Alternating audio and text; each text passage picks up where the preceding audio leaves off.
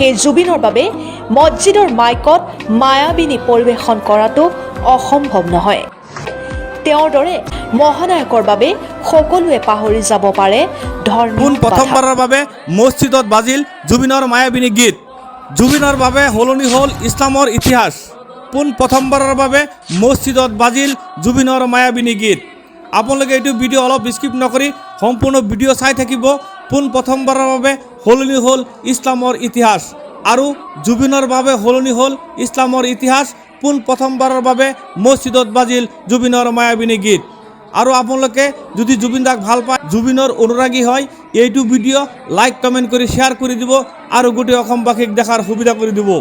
আৰু মছজিদৰ ইমামৰ লগত জুবিন দাৰ কি সম্পৰ্ক আছিলে, মছজিদৰ ইমাম চাহাবক জুবিন দাই ঈদৰ গিফ্ট হিচাপে কিমান টকা উপহাৰ দিছিলে, আপোনালোকে এইটো ভিডিঅ' সম্পূৰ্ণ চাব, অলপ স্কিপ নকৰিব, সম্পূৰ্ণ ভিডিঅ'টো চাই থাকিব।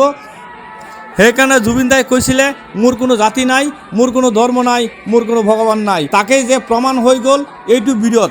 এইটো ভিডিঅ' আপোনালোকে সম্পূৰ্ণ চাব, অলপ স্কিপ নকৰি সম্পূৰ্ণ ভিডিঅ'টো চাই থাকক। জুবিনৰ বাবে মছজিদৰ দ্বাৰ সদায় খোলা। প্ৰায় এটা মছজিদলৈ গৈছিল জুবিন গাৰ্গ। ঘৰৰ পৰা কিছু দূৰতে থকা মছজিদটোলৈ গৈছিল জুবিন। সেই সূত্ৰে মছজিদৰ ইমামৰ সৈতে জুবিনৰ আছিল সুসম্পৰ্ক। মছজিদৰ চৌহদত প্ৰৱেশ কৰিয়েই চাদা মলিছিল জুবিন গাৰ্গে। মৃত্যুৰ কিছুদিনৰ আগতেও ভগদত্তপুৰৰ মছজিদটোৰ ইমামৰ সৈতে চাদা এপালি খাইছিল জুবিন গাৰ্গে।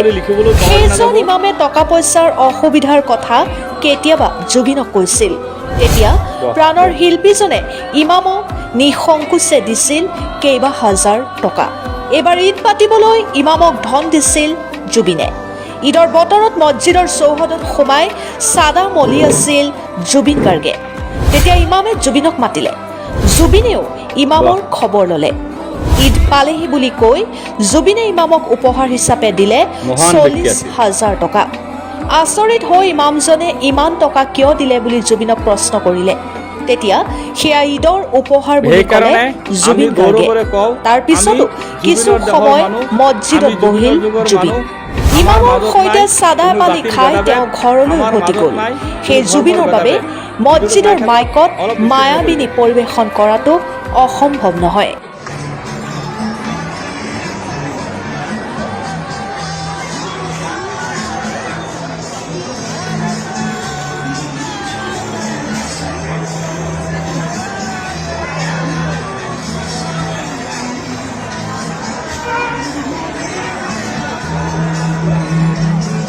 যি জুবিনে ঈদৰ উপহাৰ হিচাপে ইমামক 40,000 টকা উপহাৰ দিব পাৰে, তেওঁৰ দৰে মহানায়কৰ বাবে সকলোৱে পাহৰি যাব পাৰে ধৰ্মীয় বাধা।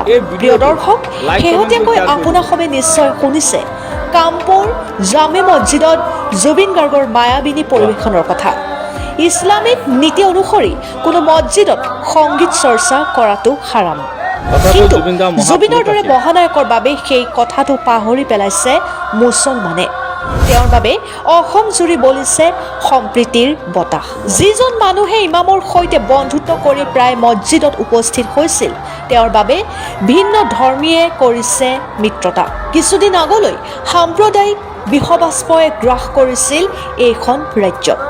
পিছে এতিয়া জুবিনৰ বাবে সকলো একত্ৰিত। মছজিদত যদি মায়াবিনী বাজিছে, আনটো দিশে সকলোৱে গুণগুণাই আছে জুবিনৰে গান। শেহতীয়াকৈ অসমৰ এজন বিশেষ নেতাই মুছলমানক মছজিদত মায়াবিনী বজাই জুবিন গাৰ্গৰ প্ৰতি আনুগত্যৰ প্ৰমাণ দিবলৈ আহ্বান জনাইছিল। সেইটো প্ৰত্যাহ্বান গ্ৰহণ কৰিলে কামপুৰ জামে মছজিদ কৰ্তৃপক্ষই। তেওঁলোকে বিজেপি নেতাজনক উভতি ধৰি আজান দিয়া মাইকতে বজাই দিলে জুবিনৰ গান। জুবিন যে কেৱল অনুৰাগীৰ শিল্পীহে আছিল, সেইটো প্ৰতিপন্ন কৰিলে কামপুৰৰ মুছলমানে। প্ৰিয়জনৰ বাবে সকলো কৰিবলৈ কোৰাণে দিয়া নিৰ্দেশ পালন কৰিলে অসমৰ ইছলাম ধৰ্মীয়ে।